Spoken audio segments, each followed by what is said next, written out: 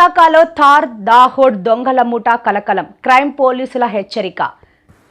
విశాఖలోని గాజువాక ఇండస్ట్రియల్ ఏరియాతో పాటు పలు ప్రాంతాల్లో వరుస దొంగతనాలు జరుగుతున్న నేపథ్యంలో నగర క్రైమ్ పోలీసులు ప్రజలను అప్రమత్తం చేశారు. ప్రస్తుతం నగరంలో థార్ దాహోడ్ అనే ప్రమాదకర దొంగల ముఠా సంచరిస్తున్నట్లు పోలీసులు గుర్తించారు. 6 సభ్యులు గల ఈ గ్యాంగ్ ఇనుప రాడ్లతో తిరుగుతూ దొంగతనాలకు పాల్పడుతోంది. ఇళ్లకు తాళాలు వేసి బయటకు వెళ్లేవారు విలువైన వస్తువులు, నగదు విషయంలో తగిన జాగ్రత్తలు తీసుకోవాలని పోలీసులు సూచించారు. అనుమానాస్పద వ్యక్తులు కనిపిస్తే వెంటనే సమాచారం అందించాలని కోరారు.